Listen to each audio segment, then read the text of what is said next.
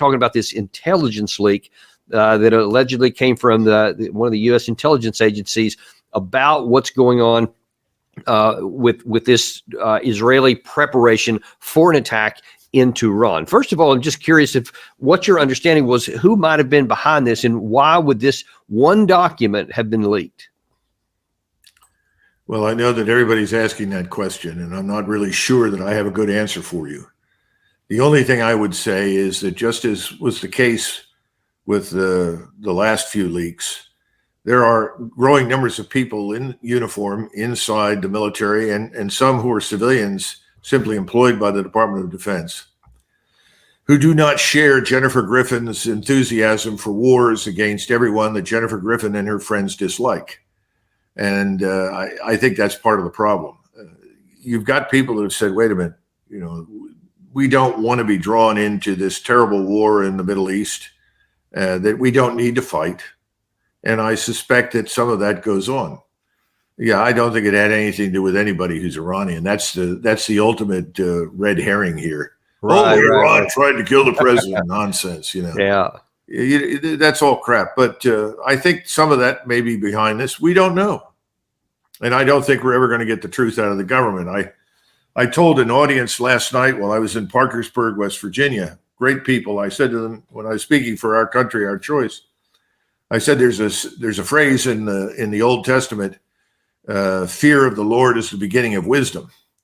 And I said, well, the fear of the government and the media is the beginning of political wisdom. And that's where we are now, because we're just not hearing the truth. We're not getting full stories. We used to have newscasts where people came on, and instead of castigating the people that came on, they let the two people that were representing different points of view speak. It was not a fight. It was not a wrestling match. And it went on for a certain period of time. Thank you very much for coming on. And they went on to something else. We don't do that anymore. Well, we are being fed narratives. And the media are part of it. She's part of it. And that's the disappointing side of Fox and of all the media. They're all pitching narratives. We got to get out of the narrative business and get back to, let's find out what the truth is and just report it and let people out there know what the picture really is, and they'll decide for themselves. But I think there are a lot of people that don't want anybody in this country to make any decisions. Yeah, and I guess following that path of, what is the truth and how much can you trust what the government's saying? We had this one, Gary, if you can bring up that other full screen of Blinken there. He's talking about, here's some of the progress that's being made, and Israel is needed more. More progress is being made, and Israel is needed on the Gaza aid flow. And in there, he says, Blinken said he discussed the urgent and sustained steps required for Israel to improve humanitarian conditions.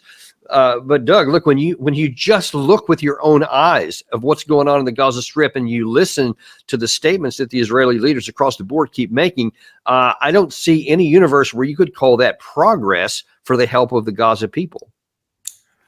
There's no interest in helping anybody in Gaza.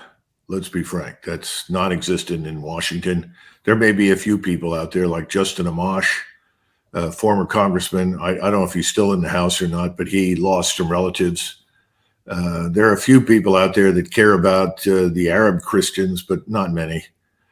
So I don't think there's any serious interest there at all. Bear in mind, whatever Americans want to think, that's fine. But the truth is, no one in the Middle East thinks that Blinken represents anyone's interest other than Israel's. We need to understand that. And we are widely viewed as a country that is ruled by Blinkens, people exactly like him, neocons and Zionists. So they don't expect anything to come out of any discussions they hold with that man anymore. And that also applies to this man, Amos Hochstein, who has been representing our interests in Lebanon. Again, he's viewed as simply an agent for Netanyahu. As we've said so many times, you want to know who's in charge? It's Netanyahu. And you follow the money. And that's the bottom line. He's in charge, not this administration. And I dare say the next administration coming in probably will find itself in very much the same position. And in fact, just going down that list there about who's listening to whom and who's calling the shots. Here's Secretary Austin a few days before this talking about what he claims is Israel listening to him. The numbers of civilian casualties have been far too high. We'd like to see, Israel scale back on some of the strikes that it's taking, especially in and around Beirut. And we'd like to see things transition to some sort of negotiation that would allow civilians on both sides of the border to return to their homes.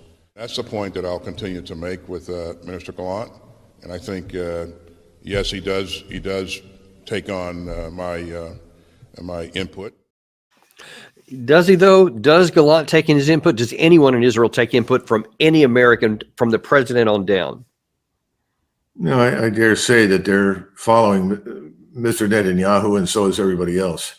I have no doubt that Lloyd Austin is sincere in his comments, but we have to look at what people say and what actually happens. So we can sit here and debate what I think is indisputable, that people are trying to herd Israel in a direction where it has absolutely no interest in going, and understand that right now the governments in London and in Washington are both interested in seeing the greater Israel project happen. They're interested in seeing Syria also fall into Israeli hands, along with at least half of or more of Lebanon, and ultimately at some point engulf Jordan. The expansionist power on the ground is supported by the former colonial power, Great Britain, and by the U.S. government. This kind of thing is quite real. We don't talk about it publicly, but there's plenty of evidence that this is going on. I don't see any evidence that that's going to change unless a military defeat is inflicted on us and our friends in Israel, to be blunt. And would you look at, to your point there about what is being said and done on the ground? I mean, you see that the Gary showing up right there, where Israel's once fringe movements to reoccupy Gaza is gaining momentum. In fact, there was a woman named Daniela who has been featured in a number of documentaries lately. She's kind of been out on the edge, Daniela Weiss. And boy, when you see this woman actually talking, she's been out there on the right. But now then, she was invited to this Likud meeting, speaking at a Likud-backed conference, in which it had several of the high-ranking members of the parliament and even Netanyahu's government that were in there. And they are saying, and you see it out there on the screen, that the Palestinians will, quote, disappear from Gaza. And she's not kidding on that. And by the way, she really kind of came to fame and came onto Netanyahu's radar because she is leading a settler movement throughout the West Bank to get rid of Arabs from there as well. And when you see this gaining public notoriety and high profile on the Israeli media, she and those like her, then you have to say, at what point, Doug, and is there a point to where the United States says that is not in America's interest? We are not going to support that and actually enable that? Or do we just maintain the status quo and let them do whatever they want?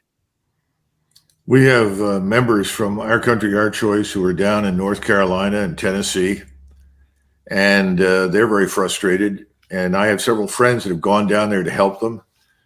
Some of them are West Point graduates who are now out of the Army that are helping to do things. And several people have called me and said, we're so frustrated down here. I guess the only solution to the problems that we have in North Carolina and Tennessee is to rename the two states, Ukraine and Israel. If we rename those two states, Ukraine and Israel, then billions of dollars would be released overnight and everything down here would change. I think that sums it up. Yeah, and that's part of the real problem here is that because of this attitude that we've seen from the top of this show all the way on down, where we're talking about, we don't want to be isolationists. We want to take care of our needs. We want all this military equipment. We want all this military funding. It's always about going over there at the expense, a la your golden spike issue, of what's going on in the United States. And is there any way to turn that back, to change it, other than some kind of catastrophic event where somebody we support is defeated or us being defeated militarily? If President Trump is ultimately elected, I know him, and his heart is in the right place on all these things. His intentions are to make peace. His intentions are to reach an amicable outcome. That doesn't mean it can be done, and it doesn't mean that the people that surround him will help that to happen. But I know that that's his intention. So I think under those circumstances, the best shot we have at this point is President Trump. But your larger question is what's it going to take, and that's one of the questions that comes up in many discussions. And you have a lot of people that are just absolutely convinced that we can print money for another 10 or 20 years. Nothing will change. I don't think that's true, but that's more conventional wisdom than I think many people realize. And the second part of it is that we are invincible and vulnerable. No one can challenge us. And, we are, after all, primarily a maritime and aerospace power, and you're up against continental powers. And just as we've seen in Ukraine, up against a continental power is a dead end. You're going to lose. This is something, again, that Eisenhower understood very well in the 1950s. It's why, he was supportive of neutrality for Austria, because he said, that's wonderful. We can't possibly defend all these countries. We don't have the resources. We should try to urge neutrality for other states in Eastern Europe. Well, that went away pretty quickly. He also thought that NATO, if it was still around in 10 years, that we had failed, because he was confident that some new modus vivendi could be reached with Moscow. Well, that may or may not have been true. Today, it's absolutely possible, and there's no reason why our relationships with Russia, China, Iran, and all these other countries need to be permanently militarized. But that's the path we're on right now. So, and let me ask you, stick it in the Middle East for the moment. That's if Trump wins, but let's look at the other half of that, because it's a coin flip. It's a razor's edge right now, and it could just as easily be a continuation of the Biden administration with Kamala Harris now on the top of the ticket going forward. And right now, I think we're in a pause situation to where both that leaked intelligence and Biden himself has said he knows that Israel is ready to do something against Iran, and he knows when it's going to happen. Now, my guess is that you probably had Russia and China putting pressure on Israel not to do anything during the BRICS meeting. And I'm certain that you have the administration saying don't do anything before November the 5th. So those clocks are both ticking. They're getting close to coming down. But after that, the BRICS is over, and after the election, then I think the chance for action goes way up. What do you think would happen in the event that Israel does strike a lethal blow into Iran? What could that unleash? Well, first of all, I do think that the incentive is there for Mr. Netanyahu to attack Iran before the election, because that starts a war that the successor government is going to be stuck with having to fight or sort through. In other words, waiting until after the election is a risk from their standpoint that President Trump doesn't win and that they get another round of Kamala Harris, who isn't going to support them to the extent that they want it. So the incentive is let's not take any chances, because we know if President Trump wins, at least in their minds, he'll do whatever we want.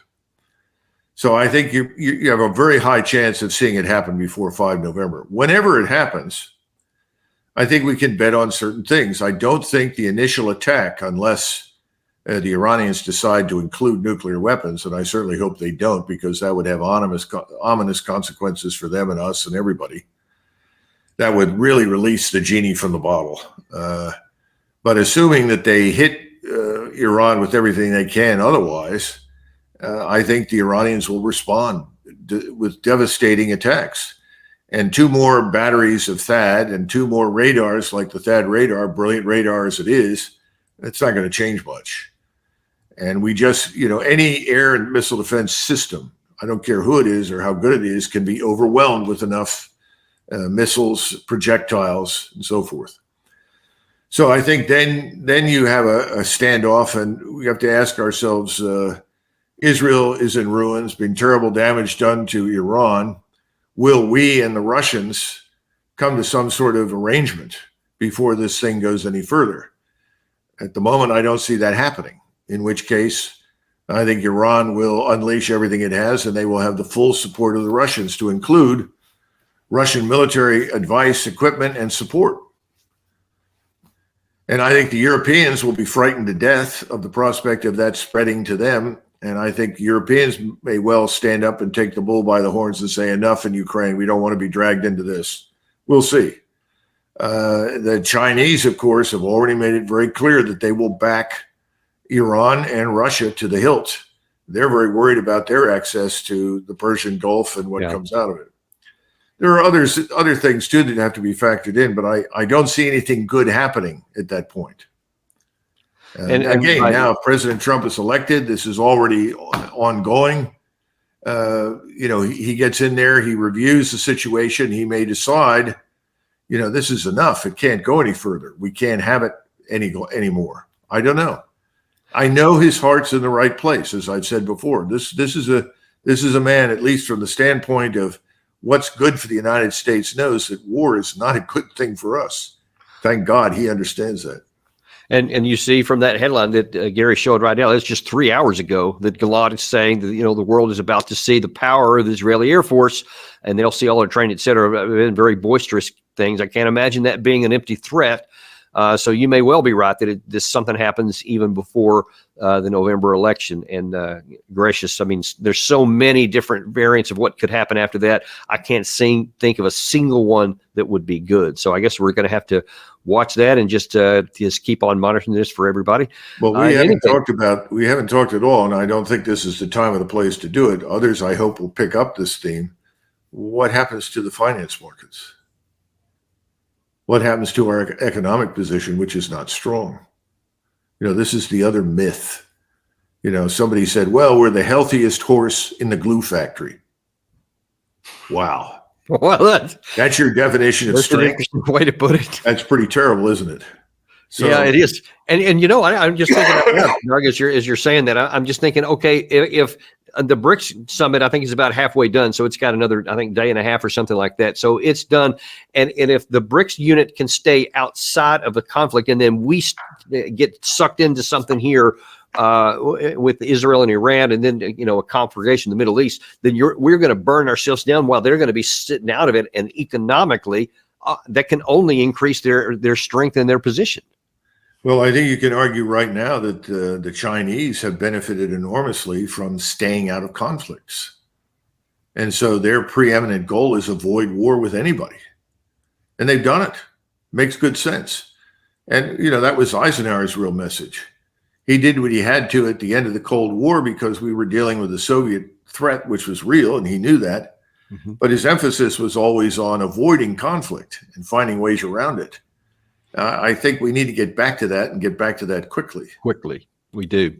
Yeah. Well, we'll leave it there for right now, Doug. Thank you ever so much. Anything new going on with Our Country, Our Choice that we need to know about? Well, we're really at Our Country, Our Choice. We're trying to exploit as much as possible this new platform, Republic, this new social media network.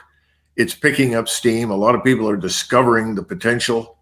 So I hope more and more and more people will pay attention to that platform. We are Our Country, Our Choice because it gives us the opportunity to organize and communicate across the country. And once again, once you're on it, you will not be censored. You will not be canceled. It's out of the question. And as I've said to so many times, people shudder when I say this, but Nancy Pelosi can come on there and she can build a profile and she can use it. This is a free speech platform. We mean free speech, not selected speech, and we're not censoring anything. We don't want to censor it. As long as it's not pornographic and the person is not advocating the overthrow of our government, they have the right to get on there and say whatever they want. Well, that's certainly good. And yeah, we'll start amplifying that on this channel too, because that's right down the line with what we believe and agree with as well.